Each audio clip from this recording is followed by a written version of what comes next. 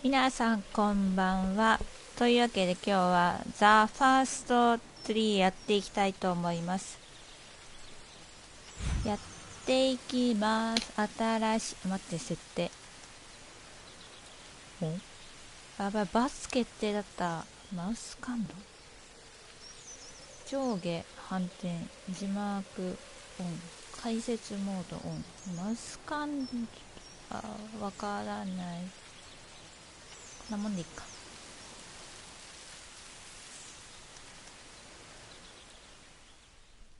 あれ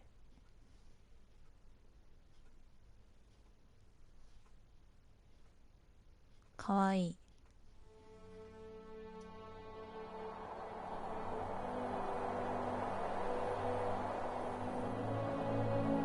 Hi, my name is David Whaley, and I'm the creator of The First Tree. I also voice a character named Joseph. So I just wanted to introduce you to this commentary mode, tell you that you can find interesting things about how I made this game by touching the speech bubbles you see in the world.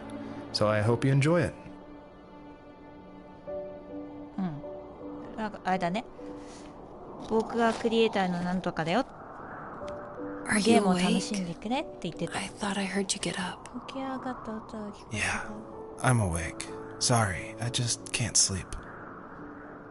Are you thinking about him? No. Yeah, a bit. Usually get back to sleep, my love. I'm fine. これは No, it's okay. What else is on your mind? I don't know. It seems weird, but I had one of the most vivid dreams of my life.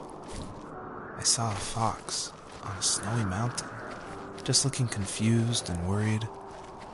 Those eyes. I can't get those eyes out of my head. She was running in the windy snow, looking for something. Do you think it has to do with you and what's been going on? I don't know. It was just a dream, Rachel. They're not meant to make sense. A lot's happened the past couple days, that's all. Well, if you're not going to sleep anyway, you should tell me. I want to hear. All right.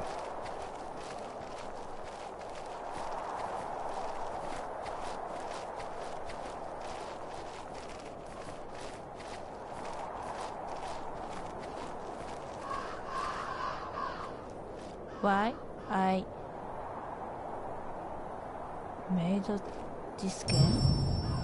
So it's usually at this point where people say something like, this is not the kind of game I was expecting. And that happened a lot at PAX West. When I showed it, we'd have little kids play it, but then they see a dead fox cub, or a kit is technically the word, but cub sounds, I don't know, it sounds better. Like Wes Anderson uses it in Fantastic Mr. Fox, so I thought cub would be alright. But anyway, having this game, I wanted it to be more serious. This game's based on dealing with the death of my father, which was the hardest thing that's ever happened to me and my family. But I don't want to talk about it here, and I didn't want to talk about it with anybody really to this day still. It's very personal. And that's why I made this game. That's exactly the reason. Because I wanted to get those feelings out and communicate with people without talking about it. And so that's what The First Tree is. It's me dealing with my feelings, and it was a personal project, and it was just me, and it actually, I'm really glad I made it, but it wasn't easy to make, I guess is what I'm saying. So, not far from her home, she followed that path to something unexpected. She couldn't stay, though. She had to find her other two children. So she took that path. She followed it towards something ancient. Wow. Something with answers.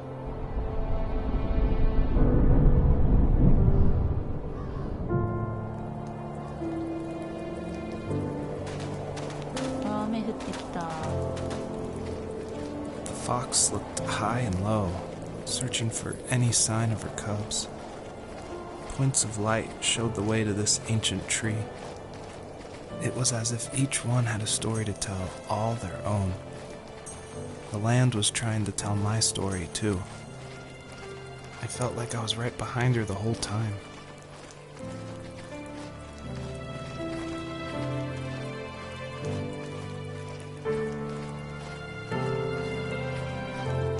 うさぎ。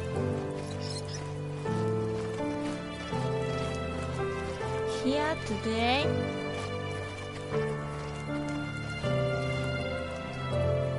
Bunnies. The bunnies were added because my wife, Elise, who also voices Rachel in the game, who's also helped a ton to make the game, as we were playing, she just said the world felt kind of empty and not alive enough. So I knew we needed to add some kind of life, and so the bunnies was like the first idea that came to mind. And like most of the game, I used like publicly available assets to speed up production because I was working full-time along with making this game, and we just had our first baby, a little girl named Evelyn. So I was messing with this asset called Herd Sim, and at one point, like the generation script that creates variations of the sizes of the bunny. One time I got out of control and it made like this monster bunny that towered over everybody. And I shared that GIF on Imager and Reddit, and that was a huge hit. It helped definitely gain an audience for this game. But it's hard because this game is like so serious. It's about life and death, not giant bunnies. But I knew I needed something, like a shout out to that, because it was pretty fun. So if you're able to catch all the bunnies on this map, I think there's around 13, then you'll get a special surprise. So good luck.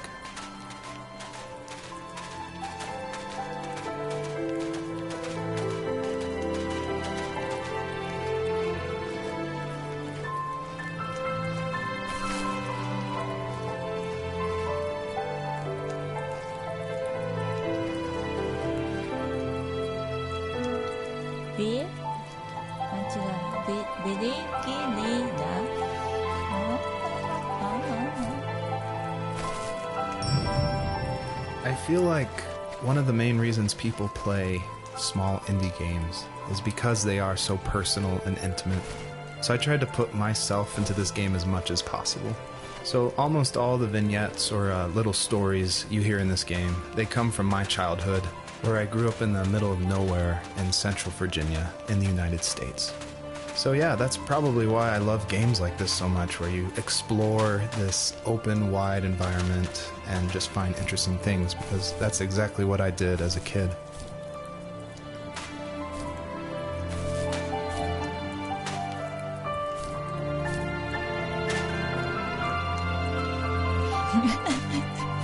OK、 登れないわけだ。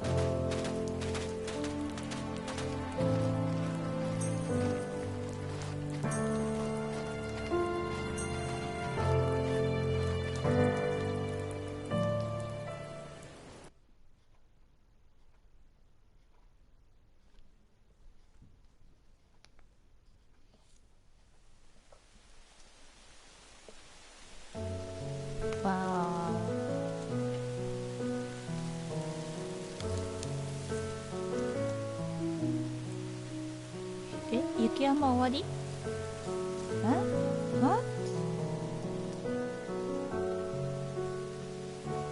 開発者のインタビューが全然日本語じゃないから全然わからない解説もオッケーオッケー、解説モードは NO にすればいいんじゃないかな。でまああとはいいよ。なんだろう、里田さんこんばんはいらっしゃい。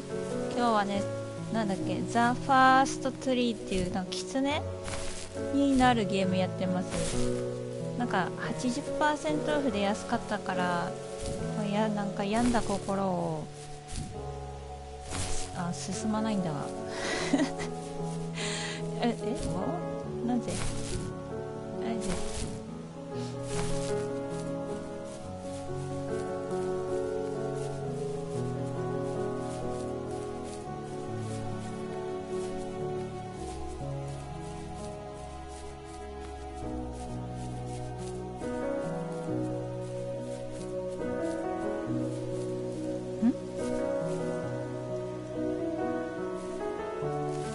My teenage years were full of sketching, angst, and trouble. I wasn't popular or unpopular. Maybe just forgettable.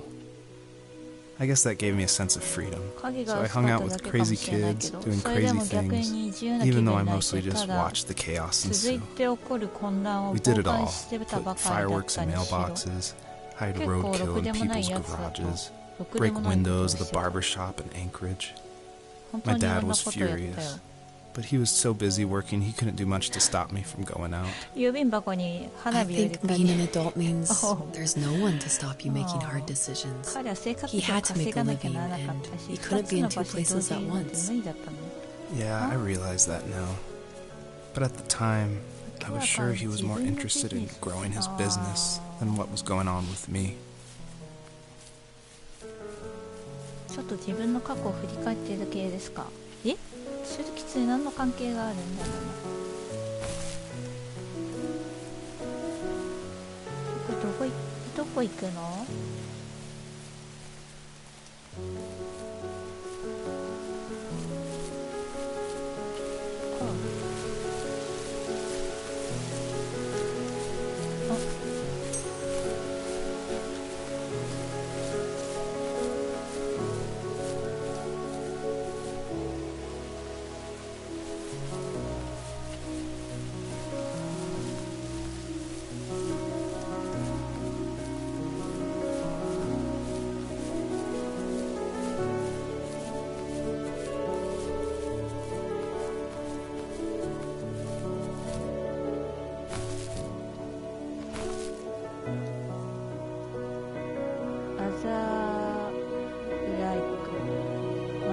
学校のボード。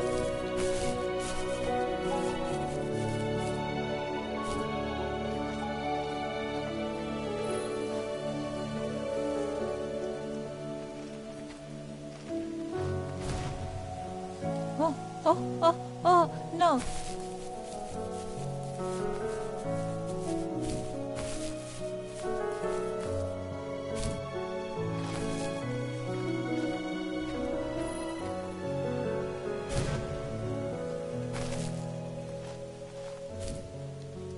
あれ？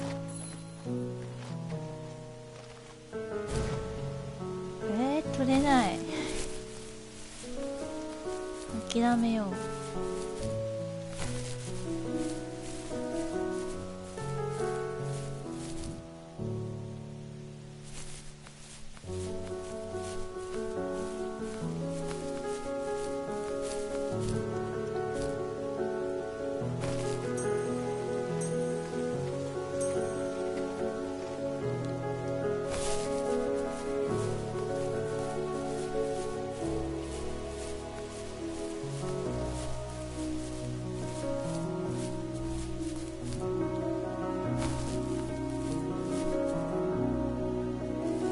He was working another late night, and my friends were over, saying how bored they were and how they had come all the way out to my house for nothing.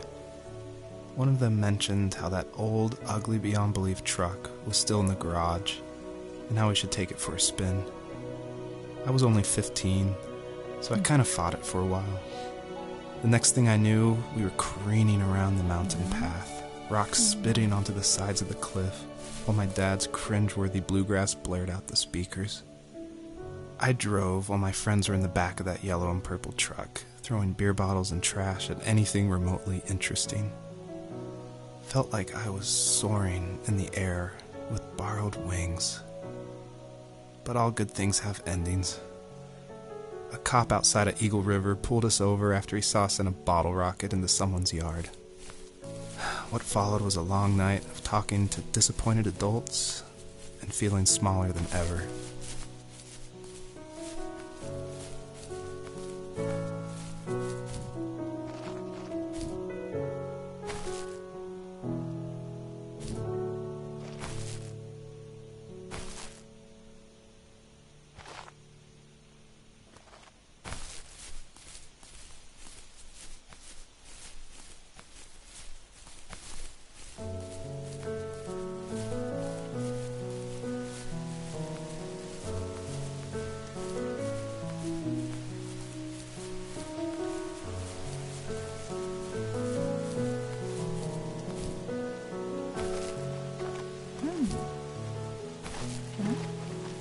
長寿取って1のオッケーオッケー。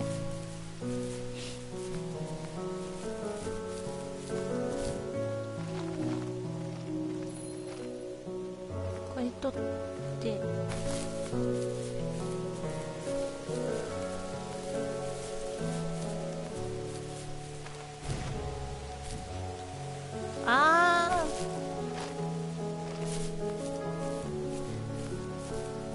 割と難しい。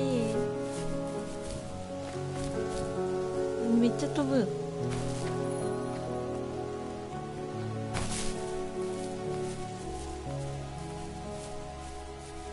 こうしていけ。よし。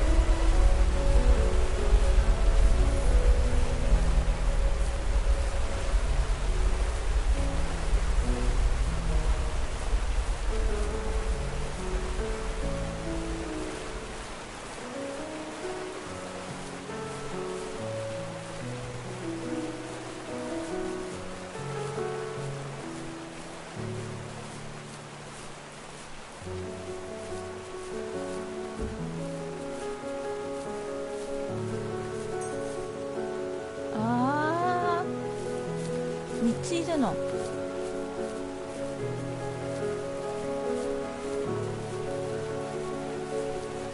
3つ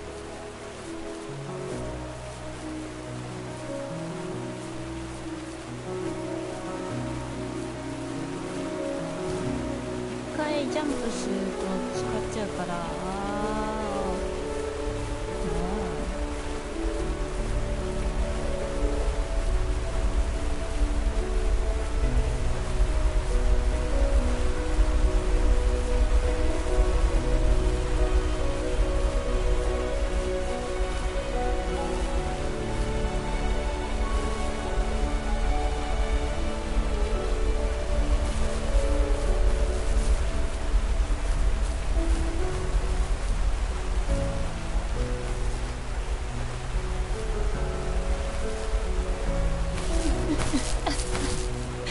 乗れないんだけど、どうなってんだこれ。オッケー。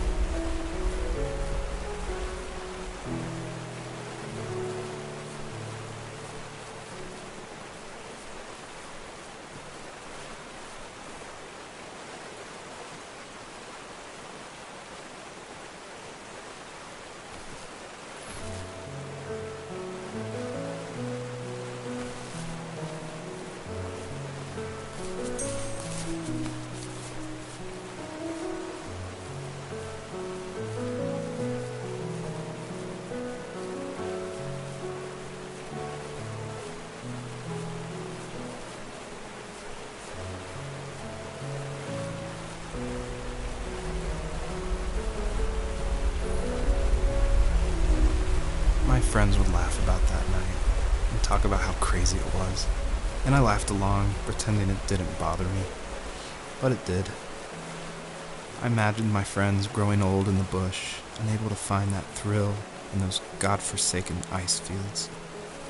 It's like those mountains were a literal wall, keeping me from leaving, where all I would have to look forward to are lumber yards and evening beers. I had to climb over. That was my only goal for a long time. そう、もう一回やんの。Oh my god、だる。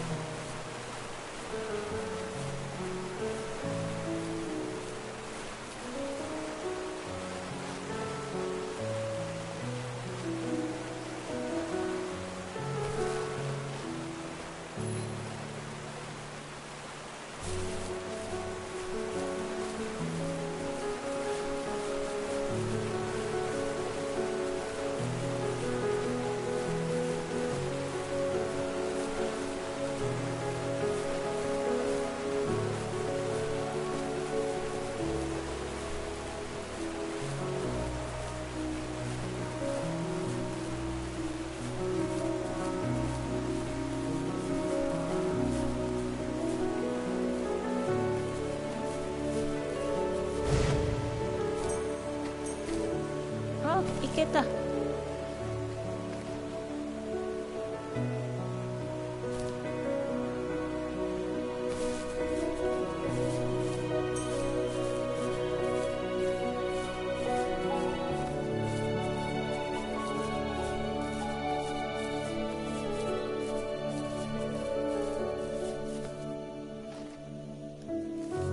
If there was some way I could take my love of drawing and turn it into a way of escape, Nothing would make me happier.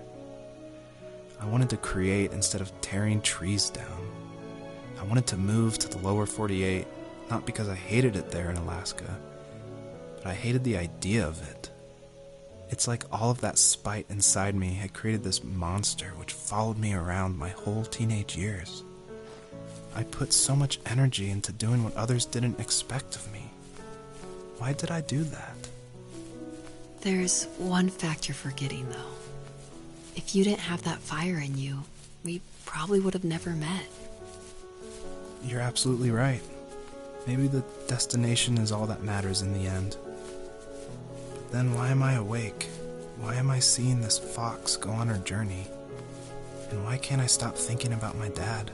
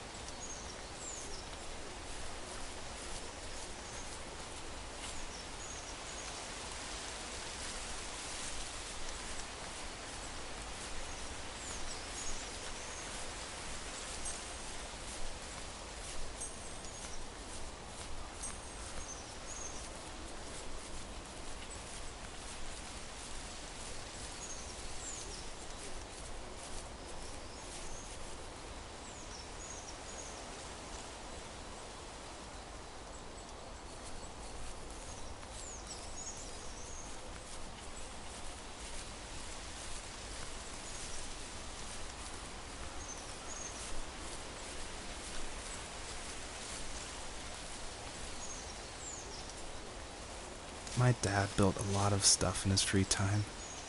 If he wasn't watching fly fishing or reading Tom Clancy novels, he was carving something. He made tons of birdhouses. Not that he was into bird watching, but I think he really missed working and adding on to the home. If he couldn't afford the time to build onto our own house, he would have to settle with watching birds move into their little homes. We kept an old mattress in the bed of that ugly yellow truck, so we would drive it deep into the woods and then watch the birds fly into their houses while the sun set. Usually it was accompanied by venison jerky or a cold Coke, but not a lot of talking, which is how we both liked it.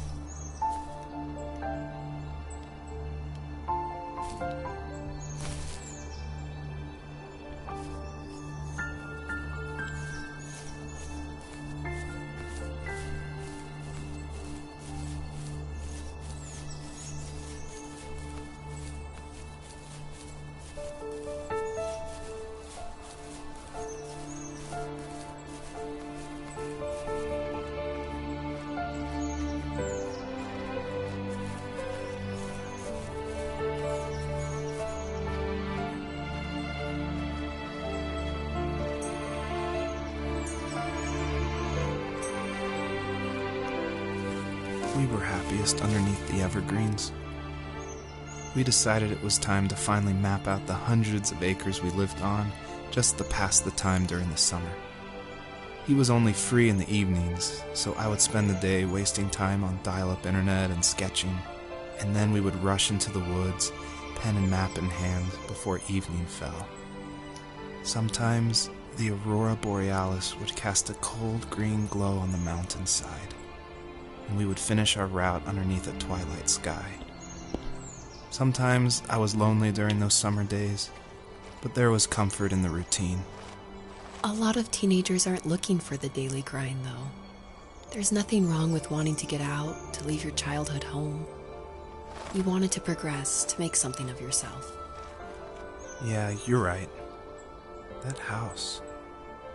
I'm sure it's the same as how I left it. But then why does it feel so different? I doubt you're the only adult to have looked back and asked that question.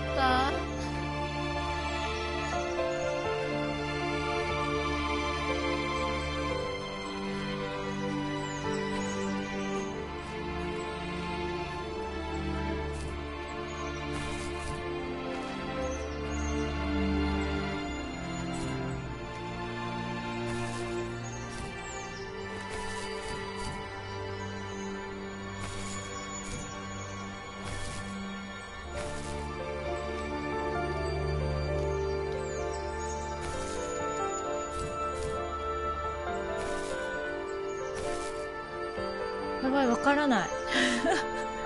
えノーヒント。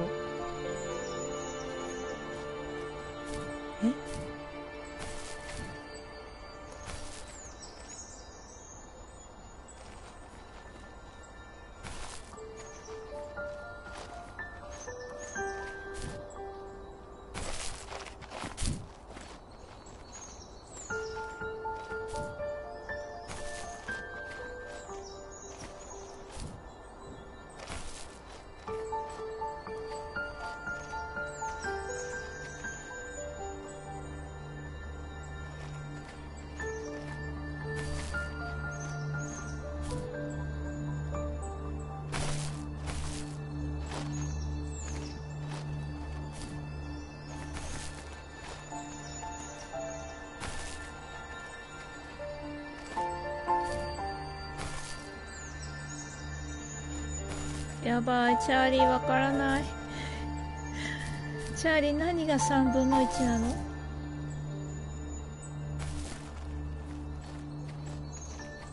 I don't know.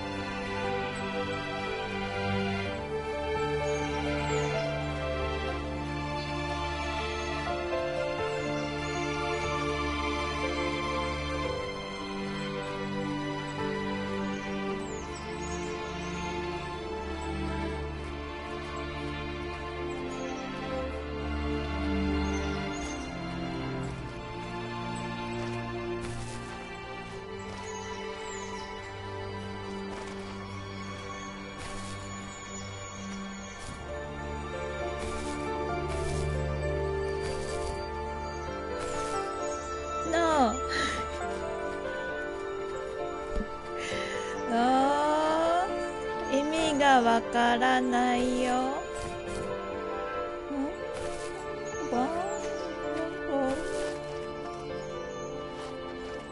あれが3つあるってことか。どういうこと？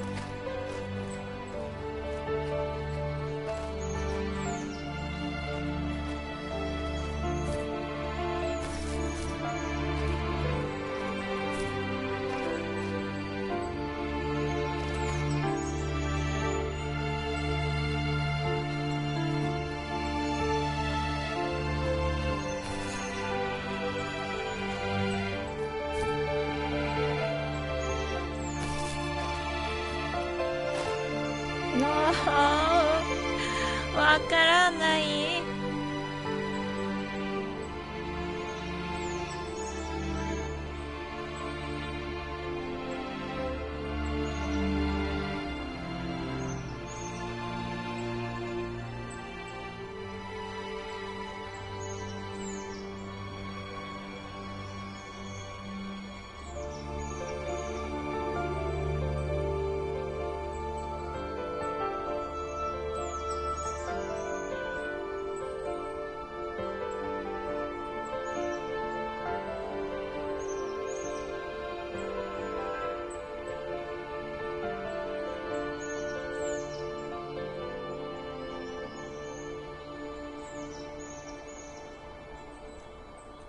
キャラは癒されるけど、ゲームを進めるのに鬱になる。あら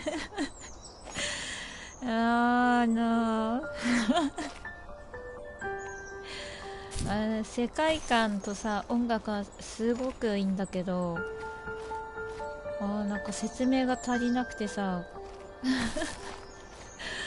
これ何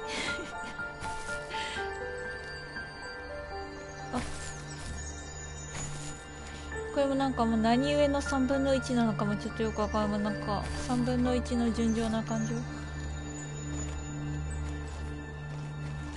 わからない。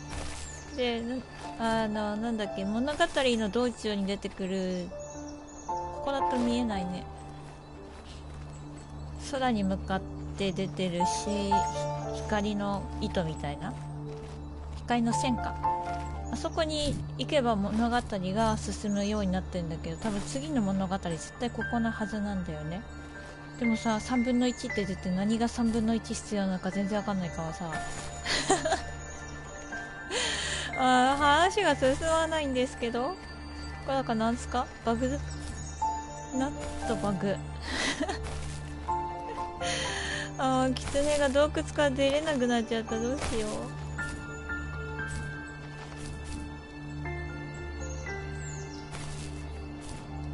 どういうこと、マジで。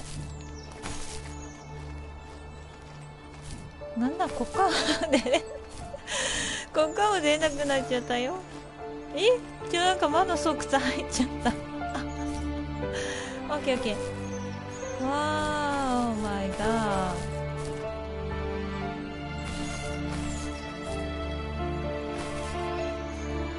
というわけで、もうちょっとわけわかんないから終わり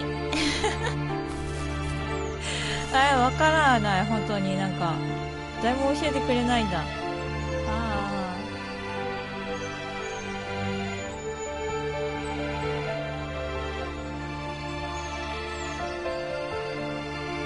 というわけでね、やばい、固まったザ・ファーストツリー、今ならね、なんかセールで203円っていうとても破格の値段だったので、雰囲気と物語が気になる人はぜひ Apple ストアで買ってみてください。私はこれの集め方をネットで調べたいと思います。もうわからないノーヒント、ちょっともうわからないね、ここに関しては。なんかヒントになること言ってくれたかな。でもなんかお父さんと息子の話みたいなので、ここ聞いたらあんなことになっちゃったから、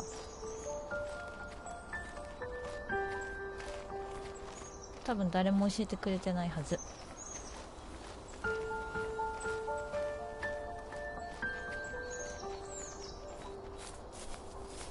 多分3分の1の謎が解けないと次のエリアに行けないんだろうな。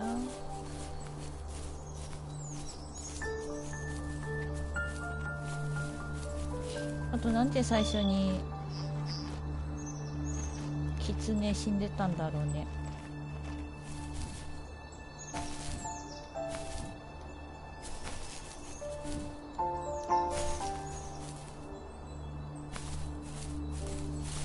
やっぱあそこなんだよなやっぱ3分の1のとこなんだよな。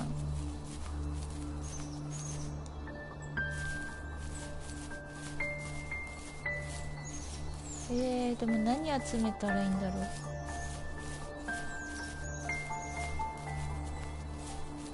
う。なんもわからんな。ここだって最初に来た森でしょ。いいのか。やっぱあそこだ。マジで3分の1の意味がわからない。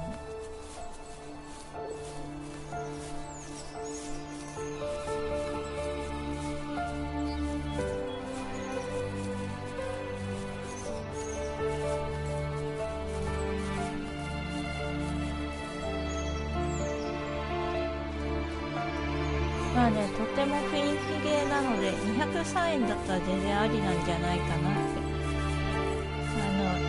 癒されたい方はどうぞ。というわけでご視聴ありがとうございました。次はね、ニーヤレプリカントをやりたいと思っておりますのでよろしくお願いします。ではでは。